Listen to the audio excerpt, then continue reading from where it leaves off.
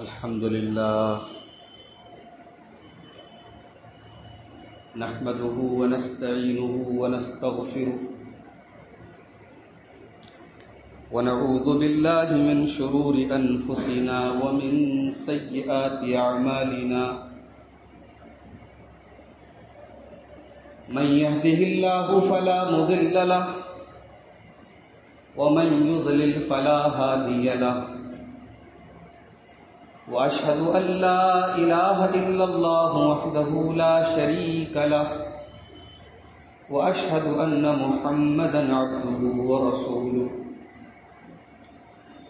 يا أيها الذين آمنوا اتقوا الله حق تقاته ولا تموتن إلا وأنتم مسلمون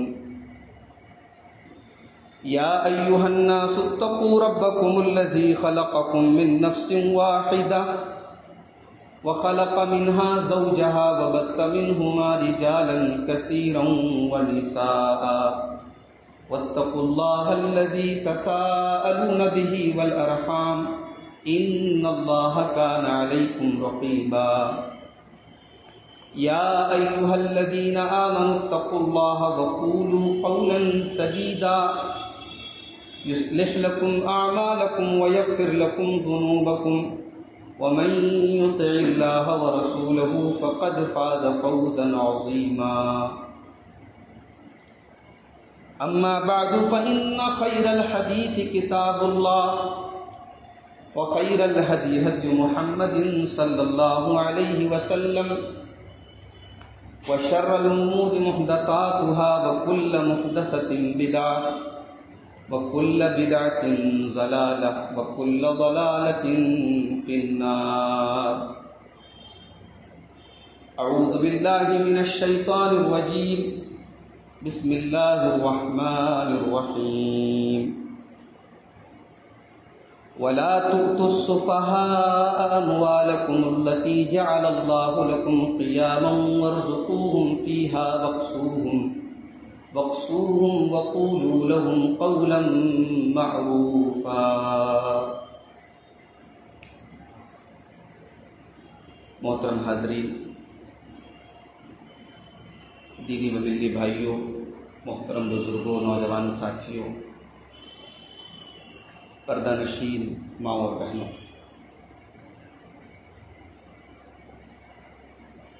ایک بہت بڑی غلط فہمی عوام کے درمیان یہ رائج ہے کہ مال کمانا، پیسہ کمانا، امیر بننا یہ اسلام کی نظر میں کوئی اچھی چیز نہیں ہے. اچھا، اس میں کچھ غلطی علماء کی بھی ہے. ہم نے ان صحابہ کا تذکرہ کیا جو کپڑے میں پیوند جن کے ہوتے تھے. ہم نے رسول کے پیٹ پر پتھر باندھنے کا واقعہ بیان کیا. ہم نے مسجد نبوی میں پڑھنے والے ان صحابہ کا واقعہ بیان کیا جو بھوکے پیاسے رہ کر کے دین کی تعلیم حاصل کرتے ہیں. ہم نے وہ حدیثیں پڑھ کے سنائی کہ دنیا آخرت کی کھیتی ہے. دنیا کی حیثیت اللہ تبارک و تعالیٰ کے نزدیک مچھر کے پر کے برابر بھی نہیں. دنیا مومن کے لیے قید خانہ ہے، کافر کے لیے جنت. یہ حدیثیں بالکل صحیح ہیں، مگر میرے بھائیوں یہ تصویر کا ایک رخ ہے. تصویر کا دوسرا رخ یہ ہے کہ اللہ کے رسول صلی اللہ علیہ وسلم نے پورا بکرا کھایا ہے. بھائی، بکرے کی پوری ران، پورا لیگ پیس اللہ کے رسول صلی اللہ علیہ وسلم لے کر کے کھا رہے ہیں. صحیح بخاری کی روایت. تصویر کا دوسرا رخ یہ ہے کہ حضرت عباس اللہ کے رسول کے چچا انتقال کرتے ہیں تو کئی کروڑ کی پراپرٹی چھوڑ کے جاتے ہیں. تصویر کا ایک رخ یہ بھی ہے کہ مکہ کے مہاجرین جب مدینہ میں پہنچتے ہیں تو زیرو سے شروعات کرتے ہیں. ان کے پاس کچھ نہیں، مال نہیں، پیسہ نہیں، بزنس نہیں، نیا شہر ہے، نئی آبادی ہے. زیرو سے شروع کرتے ہیں اور اس مقام پر پہنچتے ہیں کہ حضرت عبد الرحمن بن عوف رضی اللہ تعالیٰ عنہ مدینہ آنے کے کچھ ہی دنوں کے بعد جب شادی کرتے ہیں اور اللہ کے رسول صلی اللہ علیہ وسلم ان کے کپڑے میں لگی ہوئی زردی سے یہ پہچانتے ہیں کہ انہوں نے شادی کی ہے، تو اللہ کے رسول پوچھتے ہیں کہ مہر میں تم نے اپنی بیوی کو کیا دیا؟ تو کہتے ہیں کہ نواتم من ذہب، سونے کی کھجور کی گٹھلی کے برابر سونا میں نے اپنی بیوی کو مہر میں دیا۔ صحیح بخاری کی روایت ہے کہ حضرت عبد الرحمن ابن عوف نے پنیر کا اور گھی کا کاروبار مدینہ کی اس مارکیٹ میں جو یہودیوں کے قبضے میں تھی، مدینہ کی مارکیٹ میں یہودیوں کا ہولڈ تھا، قبضہ تھا، اس مارکیٹ میں چند دنوں کی محنت کے ذریعے حضرت عبد الرحمن ابن عوف نے اتنا پیسہ کمایا کہ اپنی بیوی کو مہر میں سونے کی ڈلی دے رہے ہیں۔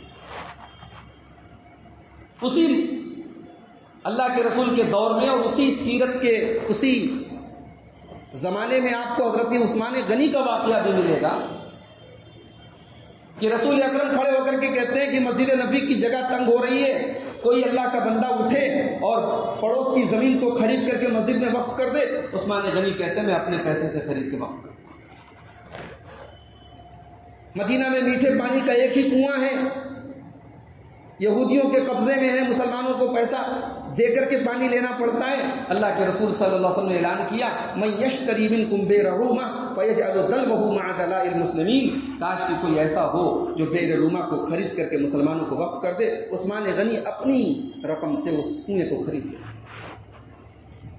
تو بھائی صحابہ میں امیر لوگ بھی ہیں، صحابہ میں کروڑ پتی لوگ بھی ہیں، عثمان غنی بھی ہیں، عبد الرحمن ابن عوف بھی ہیں، ابو طلحہ انصاری بھی ہیں، حضرت عباس بھی ہیں۔ تصویر کا یہ رخ ہمیں بہت سمجھنا ضروری ہے میرے بھائی۔ آج ہندوستان کے جو حالات ہیں، جو پوری دنیا کے حالات ہیں، آج معاشی اعتبار سے لوگ پریشان ہیں۔ مسلمانوں کی اکثریت کا عالم یہ ہے کہ لوگ کاروبار اور بزنس میں آگے نہیں بڑھ پا رہے۔ اکثریت مسلمانوں کی مزدور طبقہ ہے۔ مسجد کے منبر سے ہمیشہ یہ بیان کیا گیا کہ بھائی مال سے بچو، مال بہت بڑا فتنہ ہے۔ بھائی مال بہت بڑا فتنہ ہے، بہت بڑی آزمائش ہے، مگر اسی قرآن میں اللہ تعالیٰ نے سورہ کہف میں فرمایا المال والبنون زینۃ الحیات الدنیا، دنیا کی زندگی میں اگر ڈیکوریشن ہے تو اسی مال سے۔ مال اور اولاد کو نکال دو دنیا سے، دنیا بے نور ہو جائے گی بھائی، دنیا بے رنگ ہو جائے گی، دنیا کا ڈیکوریشن چھن جائے گا۔ دنیا کی زندگی میں رنگ ہے تو مال و اولاد سے، یہ قرآن کہہ رہا ہے۔ قرآن مجید نے 86 ٹائم مال کا ذکر آیا ہے، کہیں مال آیا، کہیں اموال آیا، کہیں المال آیا، 86 ٹائم 86 مرتبہ قرآن کریم میں مال کا ذکر ہے۔ اور اس مال کو اللہ تبارک و تعالیٰ نے مال بھی کہا ہے، کہیں اس کو خیر بھی کہا ہے۔ خیر کا مطلب سمجھتے ہیں نا آپ، بھلائی، مال بھلائی، مال کو اللہ نے بھلائی کہا ہے۔ بڑی مشہور سورت کریمہ ہے قرآن مجید کے 30ویں پارے کی، ہم سب کو یاد ہے، والعادیات ضبحا، اس میں اللہ نے فرمایا وَإِنَّهُ لِحُبِّ الْخَيْرِ لَشَدِيدٌ، انسان مال کی محبت میں بہت سخت ہے۔ مال کی محبت انسان کے دل میں نیچرلی ہے، فطری ہے، یہاں اللہ نے مال کو خیر کہا۔ مال اگر کوئی خراب چیز ہوتی میرے بھائی، پیسہ کمانا اگر برا ہوتا، اسلام کے 5 پلرز ہیں، 5 ستون ہیں جن پر اسلام کی بنیاد قائم ہے۔ اسلام کے 5 ستون میں 2 ستون ایسے ہیں جو مال کے بغیر تو پاسبل ہی نہیں، زکوٰۃ اور حج، جن کا بڑا گہرا تعلق ہے مال سے۔ مال کو مسلمان کی زندگی سے نکال دو، مسجدیں بند ہو جائیں گی بھائی، مدرسے بند ہو جائیں گے، دین کے سارے کارخانے ٹھپ ہو جائیں گے۔ تو مال برا نہیں ہے، مال کمانا برا نہیں ہے، مال کمانے پر تو شریعت نے ابھارا ہے۔ شریعت نے جنگر چورائی سے منع کیا ہے، شریعت نے کام چوری سے منع کیا ہے، شریعت نے گدا گری سے منع کیا ہے، شریعت نے کسی کے آگے ہاتھ پھیلانے سے منع کیا ہے۔ میں نے ایک آیت پڑھی آپ کے سامنے، قرآن مجید کے 4 پارے کی آیت ہے، سورہ نساء کی 5ویں آیت، بہت غور سے سنیے گا۔ یتیم کا ذکر چل رہا ہے. عرب میں یہ ہوتا تھا کہ کوئی اگر یتیم ہے تو لوگ اس کی پرورش کرتے تھے, اس کی ذمہ داری اپنے ذمے لے لیتے تھے. اچھا, ہمارے یہاں جوائنٹ فیملی سسٹم ہے. بھائی انسان اپنے باپ کی زندگی میں زیرو ہے. اگر انسان اپنے باپ کی زندگی میں مر جائے تو اس کے بیٹوں کے ہاتھ کچھ نہیں لگے گا. کیوں؟ جب اس کا تو کچھ تھا ہی. یہ ہمارے یہاں کا جو فیملی سسٹم ہے اس کی دین ہے. صحابہ کی زندگی میں ایسا نہیں. ہمارے یہاں جو یتیم ہو گیا بیچارہ, وہ نہ تو کہتے نا دھوبی کا کتا, نہ گھر کا نہ گھاٹ کا, وہ تو کہیں کا نہیں رہ گیا. دادا کا احسان ہے بھائی, وہ اس کو کچھ لکھ دے. دادا کا احسان ہے, دادا چاہے تو لکھ دے, کا حق تو نہیں ہے. دنیا یہ کہتی ہے, زمانہ یہ کہتا ہے, شریعت یہ کہتی ہے. بھائی شریعت یہ بھی کہتی ہے کہ باپ کی زندگی میں اگر بیٹا کما رہا ہے تو بیٹے کی اپنی کمائی اس کی اپنی کمائی ہے. یہ کوئی سسٹم شریعت کا نہیں ہے کہ بیٹا جتنا بھی کمائے سب باپ کا ہے.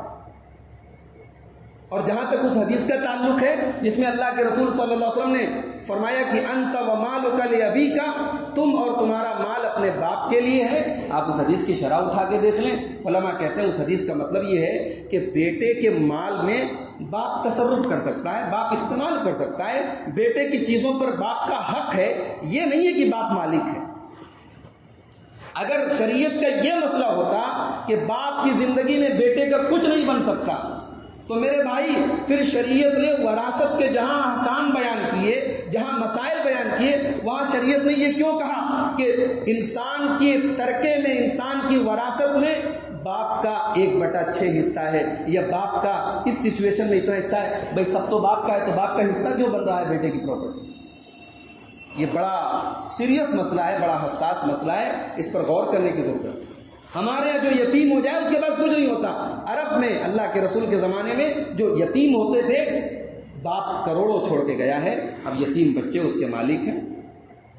اب اللہ تعالیٰ نے کہا کہ اگر وہ یتیم چھوٹے ہیں, ناسمجھ ہیں, ابھی دماغ ان کا میچور نہیں ہے, تو اللہ نے بڑی عجیب بات کہی سورہ نساء کی آیت نمبر 5 میں, وَلَا تُؤْتُوا السُّفَهَاءَ أَمْوَالَكُمُ الَّتِي جَعَلَ اللَّهُ لَكُمْ قِيَامًا. اپنا مال بے وقوفوں کے ہاتھ میں مت دو, اپنا مال کم عقل لوگوں کے ہاتھ میں مت دو, جس مال کو اللہ تبارک و تعالیٰ نے تمہارے گزر بسر کا ذریعہ بنایا. مال تمہارے لیے قیام ہے, مال کے ذریعے قائم ہو. مال ہے تو تم ہو, مال نہیں ہے تو تم قائم نہیں رہ سکتے. مال کو تمہاری گزر بسر کا ذریعہ بنایا ہے, لہذا اس مال کو بے وقوفوں کے حوالے مت دو. اس آیت کی شرح میں علماء, اس آیت کی تفسیر میں علماء لکھتے ہیں کہ یہاں اسلام کی نظر میں مال کی اہمیت پتہ چل رہی ہے. اللہ کہہ رہا ہے اس مال کو جسے اللہ تعالیٰ نے تمہاری گزر بسر کا ذریعہ بنایا ہے, اس مال کو بے وقوفوں کے حوالے مت کرو جو اس کو برباد کر دیں. مال قیمتی چیز ہے, اسے سوچ سمجھ کے کسی کے حوالے. اسی لیے اگر کوئی یتیم بچہ ابھی نابالغ ہے اور کروڑوں کی پراپرٹی اس کا باپ چھوڑ کے گیا ہے, تو جو گارجین ہے, قرآن نے حکم دیا ہے کہ جب تک وہ بالغ نہ ہو جائے تب تک وہ مال اس کے حوالے, اس کو اس کا خرچہ پانی اٹھاؤ, اس کو خرچ دو, لیکن جب وہ بالغ ہو جائے, سمجھدار ہو جائے, تب مال حوالے کرو. ورنہ ایسا ہوگا مال اس کو دے دو, بیچارہ نہ سمجھے, ہو سکتا ہے ادھر ادھر لٹا کے برباد کرے. تو مال کمانا شریعت کی نظر میں برا نہیں ہے.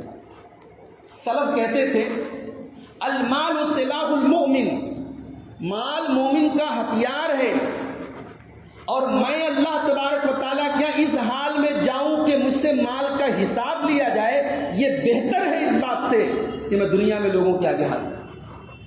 یہ سلف کا قول ہے. اور ایک اور قول نقل کرنا چاہوں گا سلف کا. بھائی سلف جو ہوتے تھے, صحابہ, تابعین, تبا تابعین, ان کا دماغ دیکھیے, ان کی وہ کتنے جینیس تھے. کہتے ہیں اتجروا واکتسبوا, خوب تجارت کرو, خوب پیسہ کماؤ. فَإِنَّكُمْ فِي زَمَانٍ, اس لیے کہ تم ایک ایسے دور میں ہو, اِذَا احْتَاجَ أَحَدُكُمْ, جب تم میں سے کوئی محتاج ہوگا, جب کوئی ضرورت مند ہوگا, كَانَ أَوَّلَ مَا يَأْكُلُ دِينَهُ, تو سب سے پہلے اپنے دین کو کھا جائے. بھئی آدمی بھوکا ہے, چوری کر رہا ہے, گھر میں کھانے کو نہیں ہے, ڈاکے ڈال رہا ہے. انسان جب محتاج ہو جائے تو سب سے پہلے اپنے دین کو کھا جاتا ہے. یہ سلف کا قول ہے. تو بھائیوں شریعت کے اس نظریے کو سمجھو. انسان پھٹا پرانا کپڑا پہنے، ٹوٹے پھوٹے مکان میں رہے، کمزور زندگی گزر بسر کرے، یہ اسلام کی تعلیم نہیں ہے. اسلام تو کہتا ہے بھئی اچھے مکان میں رہو، اچھا کھاؤ، اچھا پہنو. ہاں مال کمانے کے بعد تکبر مت کرو، غرور مت کرو، کسی کو حقیر مت سمجھو، کسی کا حق مت مانو. اگر غریبی اچھی چیز ہوتی تو میرے نبی دعا کرتے، اللہم انی اعوذ بک من الکفر والفقر. اے اللہ میں تیری پناہ چاہتا ہوں کفر سے، اور میں تیری پناہ چاہتا ہوں فقیری سے، غربت سے. غربت بری چیز ہے، اللہ کے رسول پناہ مانگ رہے ہیں میرے بھائی. ارے بڑی جامع دعا ہے، صحیح مسلم کے اندر وہ دعا کے الفاظ ہیں.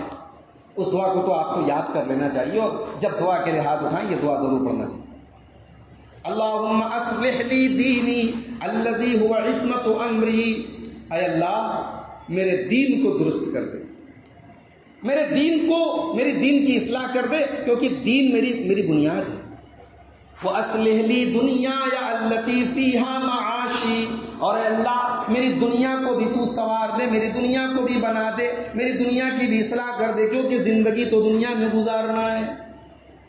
وَأَصْلِحْ لِي آخِرَتِي الَّتِي إِلَيْهَا مَعَادِي. اور اے اللہ تو میری آخرت کو بھی بہتر بنا دے، کیونکہ لوٹ کر کے آخرت میں ہی جانا ہے. وَجَعَلِ الْحَيَاةَ زِيَادَةً لِي فِي كُلِّ خَيْرٍ.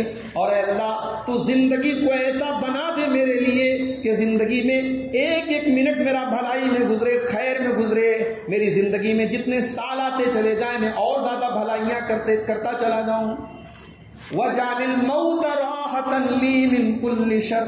اور اے اللہ تو موت کو ایسا بنا دے کہ ہر شر سے مجھے راحت مل جائے، ہر تکلیف سے مجھے راحت مل جائے، ایسی موت تو مجھے عطا کر. یہ رسول اکرم کی بڑی پیاری دعا ہے،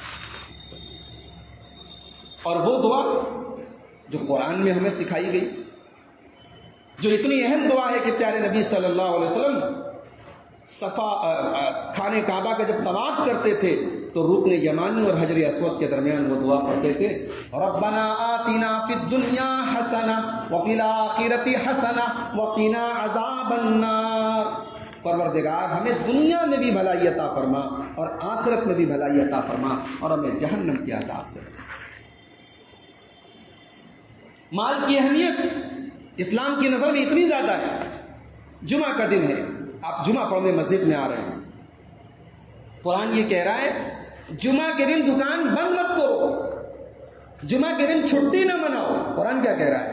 یا ایھا الذین آمنوا اذا نودی للصلاۃ من یوم الجمعۃ فاسعوا الی ذکر اللہ. اے ایمان والو جب جمعہ کے دن جمعہ کی اذان ہو جائے تو اپنے کاروبار چھوڑ دو، لین دین چھوڑ دو، کاروبار بند کر دو. یہ نہیں کہا اس دن کاروبار کرو ہی مت، کاروبار کر رہے تھے، جمعہ کا ٹائم آ گیا بند کر دو. ذالکم خیر لکم ان کنتم تعلمون. اسی میں تمہاری بھلائی ہے اگر تم جانو. فاذا قضیت الصلاۃ فانتشروا. اور جب جمعہ کی نماز ختم ہو جائے، جب جمعہ کی نماز پوری ہو جائے، فرض بھی تم نے پڑھ لی، سنتیں بھی تم نے پڑھ لی. فاذا قضیت الصلاۃ. جب نماز سے تم فارغ ہو گئے، فانتشروا فی الارض.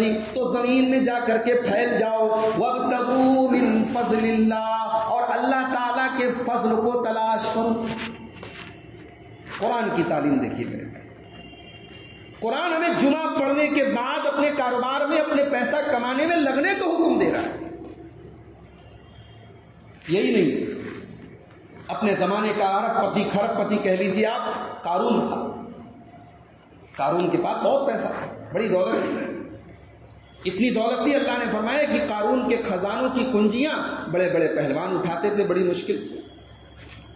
قارون کو بھی اللہ تعالیٰ نے کیا نصیحت کی؟ یہ نہیں کہ تو مال مت کما، یہ نہیں کہ تو خزانے بند کر دے، تو پیسہ کمانا بند کر دے. اللہ نے کہا وَلَا تَنْسَ نَصِيبَكَ مِنَ الدُّنْيَا.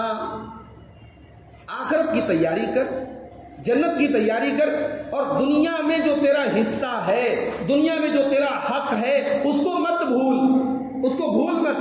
اپنے دنیا والوں کا حق ادا کر، لیکن آخرت کی تیاری. لیکن یہاں ایک بات یاد رکھیں، اسلام کی نظر میں مال کے مالک ہم نہیں ہیں، مال کا اصل مالک اللہ ہے۔ مال اللہ تعالیٰ نے بطور امانت ہم کو دیا ہے کہ تم اس مال کو استعمال کرو۔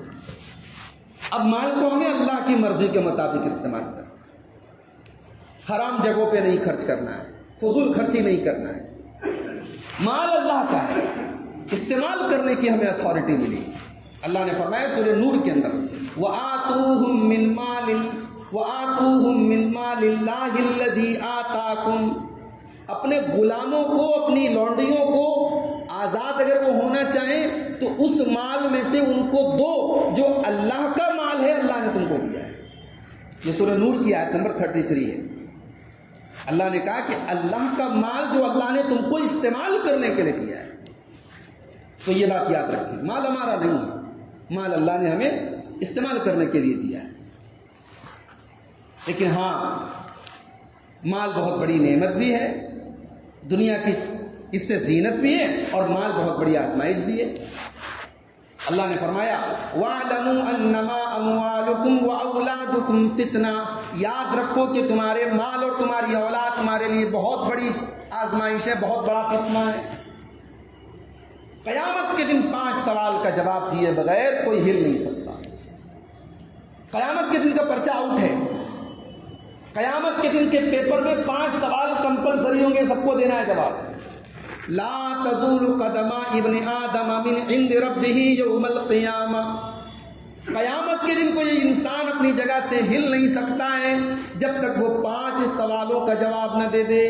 عن عمرہ فیما افنا، زندگی کہاں گزاری، وعن شبابہ فیما ابلا، جوانی کہاں گزاری، وعن مالہ من این اکتسبہ، مال کہاں سے کمایا، وفیما انفقہ، اور مال کہاں خرچ کیا، وماذا عمل فیما علم، اور اپنے علم کے اوپر عمل کیا۔ مال کے بارے میں سوال حساب دینا پڑے گا، اس مال کو ہم نے کہاں سے کمایا اور کہاں خرچ کیا۔ یہ نہیں کہ مال مل گیا جہاں چاہے وہاں خرچ کر دو، کھاؤ پیو، اسراف مت کرو، فضول خرچی مت کرو۔ اللہ نے فرمایا سورہ اعراف کے اندر وَكُلُوا وَاشْرَبُوا وَلَا تُسْرِفُوا إِنَّهُ لَا يُحِبُّ الْمُسْرِفِينَ، کھاؤ پیو، اسراف مت کرو، فضول خرچی مت کرو، اللہ تعالیٰ فضول خرچی کرنے والوں کو پسند نہیں کرتا۔ 15ویں پارے میں سورہ بنی اسرائیل کے اندر اللہ نے فرمایا وَآتِ ذِي الْقُرْبَى حَقَّهُ وَالْمِسْكِينَ، رشتہ دار کو اس کا حق دو، مسکین کو اس کا حق دو، وَلَا تُبَذِّرْ تَبْذِيرًا، اور فضول خرچی نہ کرو، إِنَّ الْمُبَذِّرِينَ كَانُوا إِخْوَانَ الشَّيَاطِينَ، فضول خرچی کرنے والے شیطان کے بھائی ہیں۔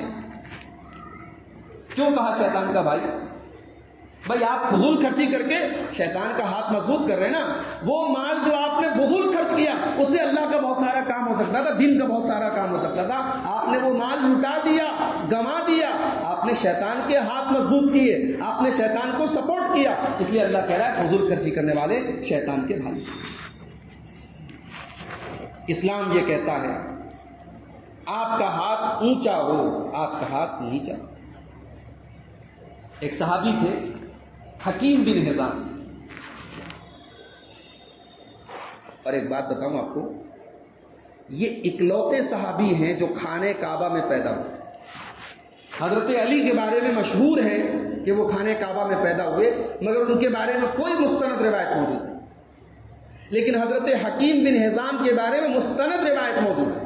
علامہ مصعب الزبیری جو عرب کے علماء نسب کے علم نسب کے سب سے بڑے ماہر مانے جاتے ہیں اور 3 صدی ہجری کے عالم ہیں، وہ انہوں نے کہا کہ خانہ کعبہ میں حکیم بن حزام پیدا ہوئے، نہ ان کے پہلے کوئی پیدا ہوا نہ ان کے بعد کوئی پیدا ہوا۔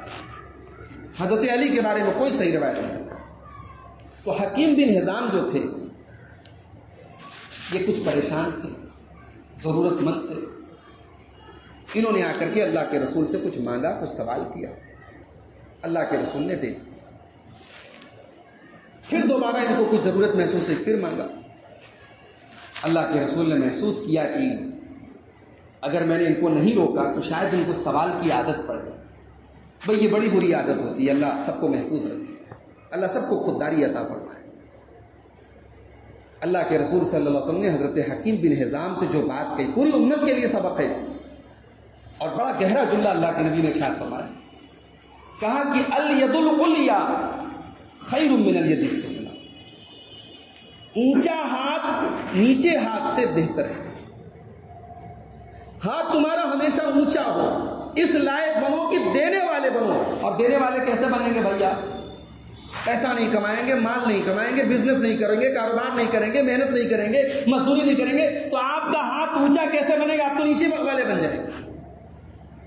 اللہ کے رسول کی تعلیم ہے کہ الید العلیٰ والے بنو، الید السفلی والے مت بنو، اونچے ہاتھ والے بنو، نیچے ہاتھ والے بنو۔ اور اگلا جملہ سنیے، وَابْدَأْ بِمَنْ تَعُولُ، اور جب پیسہ کما لو تو سب سے پہلے مسجد میں چندہ مت دو، سب سے پہلے مدرسے میں چندہ نہ دو، سب سے پہلے یتیم خانے نہ بنواؤ، سب سے پہلے کنویں نہ کھدواؤ، سب سے پہلے کتابیں خرید کے طلبا کو نہ دے دو۔ وَابْدَأْ بِمَنْ تَعُولُ، سب سے پہلے اپنے گھر کی خبر، بیوی ہیں، بچے ہیں، ماں باپ ہیں، گھر پریوار ہے، ان کی ذمہ داری سب سے پہلے، شروعات ان سے کرو۔ وَابْدَأْ بِمَنْ تَعُولُ، اس سے شروع کرو جس کی ذمہ داری تمہاری ہے۔ اور آگے بڑا پیارا جملہ فرمایا، وَخَيْرُ الصَّدَقَةِ عَنْ ظَهْرِ غِنًى، بہترین صدقہ وہ ہے جس کے دینے کے بعد بھی آدمی غنی رہے۔ بھئی آپ اتنا صدقہ کر دیں آپ فقیر ہو جائیں، نہیں، اسلام اس پر ابھارتا نہیں، اسلام یہ تعلیم نہیں دیتا ہے۔ اسلام یہ تعلیم دیتا ہے صدقہ کے بعد بھی آپ غنی رہیں، مالدار رہیں۔ سب سے بہترین صدقہ وہ ہے جس کے بعد بھی آپ غنی رہیں۔ اور آگے اللہ کے رسول فرماتے ہیں، وَمَنْ يَسْتَعْفِفْ يُعِفْهُ اللَّهُ، جو اپنے دامن کو بچائے گا، جو اپنی خودداری کو بچائے گا، اللہ اسے خوددار بنا دے گا۔ وَمَنْ يَسْتَغْنِ يُغْنِهِ اللَّهُ، اور جو مالدار بننے کی کوشش کرے گا، پیسہ کمانے کی کوشش کرے گا، اللہ اسے مالدار بنا دے گا۔ یہ بخاری کی روایت ہے حضرت حکیم بن حزام سے اللہ کے نبی نے فرمایا۔ اور آگے ایک بات بتاؤں آپ کو، ہم لوگ تو تقریر کرتے رہتے ہیں، آپ لوگ سنتے رہتے ہیں، ہم لوگوں نے ایک مزاج بنایا، ایک کان سے سنے دوسرے کان سے اڑاتے۔ حضرت حکیم بن حزام کہتے ہیں کہ رسول اکرم نے جس دن سے مجھ سے یہ کہا کہ اب ہاتھ مت پھیلانا کسی کے آگے، اللہ کی قسم اس دن کے بعد سے میں نے کبھی کسی کے آگے ہاتھ نہیں پھیلایا، کبھی کسی سے کوئی سوال ہی نہیں کیا، اور اللہ تعالیٰ نے ایسا بے نیاز بنا بھی دیا کہ کبھی کسی کے آگے ہاتھ پھیلانے کی ضرورت نہیں۔ اللہ ہم سب کو بے نیاز بنا دے۔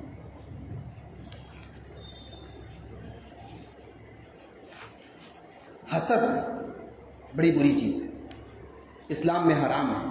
حسد کے بارے میں اللہ کے نبی نے فرمایا کہ حسد انسان کی نیکیوں کو کھا جاتا ہے، مگر حسد کی ایک قسم ہے جو جائز ہے۔ بتا سکتے ہیں آپ کون سی قسم ہے؟ جس کو عربی میں غبطہ کہتے ہیں، اردو میں رشک کہتے ہیں۔ بھائی جین پورا میں کوئی صاحب ہے، پیسے والے ہیں، معلوم ہوا کہ اللہ کی راہ میں بہت خرچ کرتے ہیں، آگے آگے رہتے ہیں، میرے دل میں یہ جذبہ پیدا ہوا کہ اللہ تعالیٰ مجھے بھی توفیق دے دے، اتنا پیسہ میرے پاس بھی ہو جائے، میں بھی اللہ کی راہ میں ایسے ہی خرچ کروں۔ یہ جذبہ یہ جائز ہے، اس کو کہتے ہیں رشک، عربی میں اس کو بھی حسد کہتے ہیں، مگر یہ حسد کی جائز قسم ہے۔ اب حسد کی جو یہ جائز قسم ہے جس کو رشک کہتے ہیں، یہ رشک کرنا بھی دو چیزوں میں سب سے بہتر ہے۔ دو چیزوں میں رشک کرنا چاہیے، دو چیزوں کو دیکھ کر کے آرزو کرنی چاہیے کہ یہ چیز مجھ کو مل جائے۔ کون سی دو چیزیں ہیں؟ آئیے بخاری کی روایت پڑھتے ہیں، امام بخاری کتاب العلم کے اندر لائے ہیں۔ اللہ کے پیارے نبی فرماتے ہیں، لا حسد الا فی اثنتین، حسد کرنا جائز نہیں ہے لیکن دو چیزوں میں، یعنی دو چیزوں میں رشک کرنا جائز ہے، دو چیزوں میں رشک کرنا ہے۔ کون سی دو چیزیں؟ رجل آتاہ اللہ کتابا، ایک وہ آدمی ہے رجل آتاہ اللہ مالا، جس کو اللہ تعالیٰ نے مال دیا، فسلطہ علی حلقتہ فی الحق، اور وہ آدمی حق کی راہ میں، بہتری کی راہ میں، سچائی کی راہ میں اپنا مال خرچ کرتا ہے۔ وَرَجُلٌ آتَاهُ اللَّهُ حِكْمَةً، اور ایک آدمی کو اللہ تعالیٰ نے علم دیا، فَهُوَ يَقْضِي بِهَا، اور اس علم کو وہ پھیلاتا ہے، اس علم کے مطابق فیصلہ کرتا ہے۔ تو عالم کو دیکھ کر کے اور مالدار کو کرنا چاہیے. مالدار کو دیکھ کر کے یہ رشک کیجئے کہ ہمارے پاس بھی اتنا مال ہو, ہم بھی اللہ کی راہ میں خرچ کریں. اور عالم کو دیکھ کر کے یہ رشک کیجئے کاش ہمارے پاس بھی علم ہو جائے, ہمارے بچوں کو بھی علم ہو جائے اور ہمارا بچہ بھی اور ہم بھی دین کی تبلیغ کریں. تو یہ رشک کرنا شریعت کی نظر میں جائز. شیخ یعقوب سنابلی صاحب تشریف لا چکے ہیں. ایک دو باتیں اور بیان کر کے میں بات ختم کرتا ہوں. طبرانی کی ایک روایت سنیں. اللہ کے رسول صلی اللہ علیہ وسلم بیٹھے ہیں, صحابہ بھی بیٹھے ہوئے ہیں. ایک آدمی گزرا, بڑا موٹا تازہ ہٹا کٹا پہلوان اور بڑا ایکٹیو. صحابہ کہتے ہیں کہ فرآ اصحاب رسول اللہ صلی اللہ علیہ وسلم من جلدہ ونشاط. صحابہ نے دیکھا کہ بڑا ہٹا کٹا آدمی, بڑا اسٹرانگ ہے اور بڑا ایکٹیو ہے. تو صحابہ کے منہ سے ایک جملہ نکلا. صحابہ نے کہا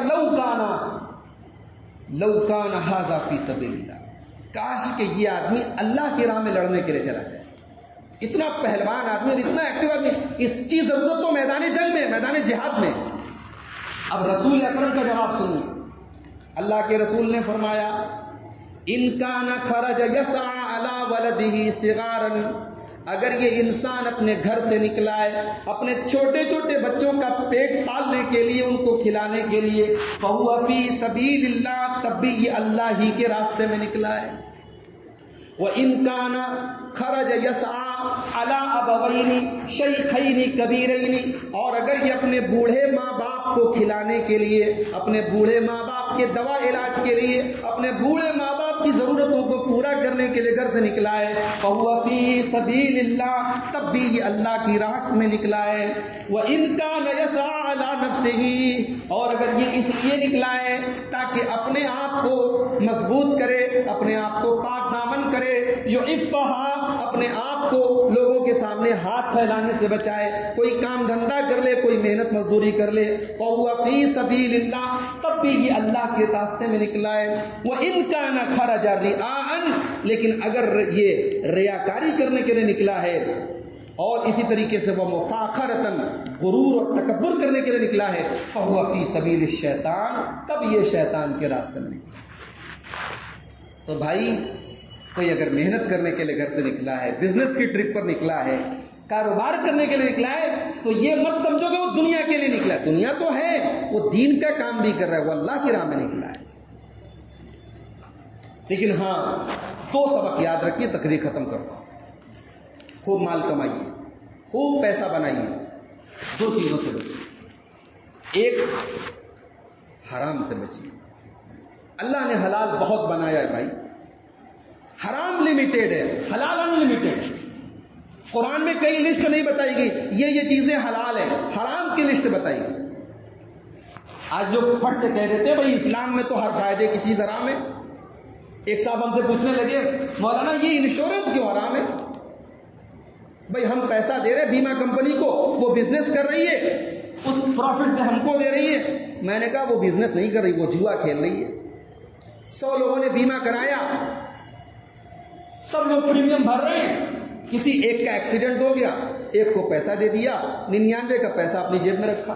یہ ہے بیمہ کی حقیقت. اس میں سود پایا جا رہا ہے, اس میں جوا پایا جا رہا ہے. آپ بھائی پیسہ انویسٹ کیجئے, کاروبار میں لگائیے. تو آدمی جو ہے آج آرام طلب ہے, وہ چاہتا ہے نا کہ کامیابی کا شارٹ کٹ مل جائے, راتوں رات امیر بن جائے. تو راتوں رات تو آپ جوا کے ذریعے امیر بن جائیں گے. امیر بھی بن سکتے ہیں اور فقیر بھی بن سکتے ہیں. تو حلال کمائیے. اللہ تعالیٰ نے فرمایا سورہ بقرہ کے اندر, یا ایھا الذین آمنوا کلوا من طیبات ما رزقناکم, اے ایمان والو ہم نے جو روزی تم کو دی ہے, پاکیزہ روزی دی ہے, اس میں سے کھاؤ, حلال روزی کھاؤ. اللہ کے رسول صلی اللہ علیہ وسلم فرماتے ہیں, صحیح مسلم کی روایت ہے, ان اللہ طیب لا یقبل الا طیبا, اللہ تبارک و تعالیٰ پاک ہے اور پاک ہی کو قبول کرتا ہے, ناپاک کو اللہ قبول نہیں کرتا ہے. اللہ پاک ہے اور پاک کو قبول کرتا ہے. اس کے بعد اللہ کے رسول نے فرمایا کہ ایک آدمی لمبا سفر کر کے آتا ہے, اشعثا, بال اس کے میلے کچیلے ہو جاتے ہیں, اکبرا, کپڑے بالکل ڈرٹی ہو جاتے ہیں, میلے کچیلے ہو جاتے ہیں, یمد یدیہ, لمبا سفر کر کے آتا ہے، مسجد میں آتا ہے، اللہ کی بارگاہ میں ہاتھ اٹھاتا ہے اور یا ربی، اے میرے رب، اے میرے رب۔ اللہ کو جب رب کہا جائے نا، اللہ دعا جلدی قبول کرے۔ یہ جملہ نوٹ کر لیجئے، اللہ کو رب کہا کیجئے دعا، اے میرے رب۔ اسی لیے اکثر دعاؤں میں آپ دیکھیے قرآن و سنت میں جو دعائیں سکھائیں گے، ربنا یا ربی، اس طریقے کا لفظ ملتا ہے۔ بھائی شیطان نے بھی اللہ کو رب کہا تو اللہ نے دعا قبول کر لی۔ آپ قرآن اٹھائیے، ابلیس نے بھی اللہ سے کیا کہا؟ رب بما اغویتنی، اے اللہ تو نے، اے میرے رب تو نے مجھے گمراہ قرار دے دیا، تو نے مجھے بھٹکا ہوا قرار دے دیا، میں تجھ سے مہلت چاہتا ہوں قیامت کے دن تک۔ تو شیطان نے اللہ کو رب کہا، اللہ نے کہا جا تجھے مہلت دے۔ اللہ کی ربوبیت کا جب حوالہ دے کے دعا کیا جائے، اللہ دعا جلدی قبول کرتا ہے۔ یہاں دعا کی قبولیت کے کتنے اسباب جمع ہو گئے۔ بھائی آدمی اگر سفر میں ہے تو دعا تو ایسے ہی قبول ہوتی ہے، اور سفر میں بھی ایسا سفر، کپڑے میلے ہو گئے، بال پراگندہ ہو گئے، اور ہاتھ اٹھانا بھی دعا کی قبولیت کے اسباب میں سے۔ ہمارے یہاں تو ایسا بعض لوگوں نے ماحول بنا دیا جیسے ہاتھ اٹھا کے دعا کرنا بدعت ہے۔ بھائی ہاتھ اٹھانا دعا کے آداب میں سے ہے، دعا جلدی قبول ہوتی ہے اگر ہاتھ اٹھا کے دعا کیا جائے۔ ہاں، ہر نماز کے بعد کمپلسری نہ سمجھا جائے، ضروری نہ سمجھا جائے، نماز کا ایک پارٹ نہ سمجھا جائے، ایک حصہ نہ سمجھا جائے، لیکن بے شک اگر کوئی دعا کرنا چاہے نماز کے بعد، جمعہ کے بعد کر سکتا ہے۔ اب کوئی اس میں یہ سوال پیدا کرے بھائی مسجد میں ہی کیوں کرتے ہو، گھر پہ کیوں نہیں کرتے؟ گھر پہ بھی آدمی کرے، مسجد میں جتنا سکون ہے گھر میں نہیں ملے گا۔ تو دعا، ہاتھ اٹھا کے دعا کرنا، یہ دعا کی قبولیت کے اسباب میں سے۔ تو دیکھو سفر کر کے آیا، کپڑے میلے، بال میلے، ہاتھ اٹھا کے کر رہا ہے، اور یا ربی کہہ کے دعا کر رہا ہے۔ لیکن اللہ کے رسول فرماتے ہیں وَمَطْعَمُهُ حرام وَمَشْرَبُهُ حرام وَمَلْبَسُهُ حرام، اس کا کھانا حرام، اس کا پانی حرام، اس کا لباس حرام، وَغُذِّيَ بِالْحَرام، اس کی پرورش حرام خون سے، حرام پیسے سے، فَأَنَّىٰ يُسْتَجَابُ لِذَلِكَ، ایسے انسان کی دعا کہاں سے؟ تو بھائیو، مال آپ کمائیں، حلال طریقے سے کمائیں، حلال کمانے کے ہزاروں راستے کمائیں، اور مال جب کما لیں تو اب اس مال کو جب خرچ کرنے کا معاملہ ہے تو احتیاط سے کام، مال کو ضائع نہ کریں، مال کو برباد نہ کریں، مال کو حرام جگہوں پر خرچ نہ کریں۔ ایک حدیث سناتا ہوں آپ کو، بات ختم کرتا ہوں۔ اللہ کے پیارے نبی صلی اللہ علیہ وسلم فرمایا، صحیح مسلم کی روایت ہے، ان اللہ حرم علیکم عقوق الامہات، اللہ تبارک و تعالیٰ نے تم پر حرام کیا ہے ماں کی نافرمانی کرنا۔ بھائی نافرمانی تو باپ کی کرنا بھی منع ہے، لیکن ماں کا درجہ زیادہ ہے، یہاں ماں کا ذکر ہے۔ ماں کی نافرمانی یا ماں کو تکلیف دینا حرام ہے۔ وعد البنات، اور بیٹیوں کو دفن کرنا، بیٹیوں کو دفن کرنا، ایک وہ ہوتا تھا دفن کرنا، آج کل تو ماں کے پیٹ میں بھی دفن کر دیا جاتا ہے، دونوں حرام ہے۔ وعد البنات، بیٹیوں کو دفن کرنا، ومنعها، اور یہ طریقہ اپنا لینا کہ دینے کا معاملہ آئے تو نہ دیا جائے، اور لینے کا معاملہ آئے تو ہاتھ بڑھا دیا جائے، یعنی ڈبل اسٹینڈرڈ، ڈبل معیار، دینے والا الگ لینے والا الگ، یہ معیار نہ اپنایا جائے، یہ بھی حرام ہے۔ وَكَرِهَ، اور اللہ تعالیٰ نے 3 چیزوں کو ناپسند کیا ہے، قیل وقال، بہت زیادہ فالتو بحث کرنا، قیل و قال کرنا، دین کے نام پر بھی لوگ بیٹھ کر کے فضول باتیں کرتے رہتے ہیں۔ اب آج کل محرم کا مہینہ آیا تو اب لوگ لگے ہیں، کوئی حضرت معاویہ کی غلطی نکال رہا ہے، کوئی حضرت علی کی غلطی نکال رہا ہے، کوئی کربلا کے واقعے کو بیٹھ کر کے ڈیسائیڈ کر رہا ہے۔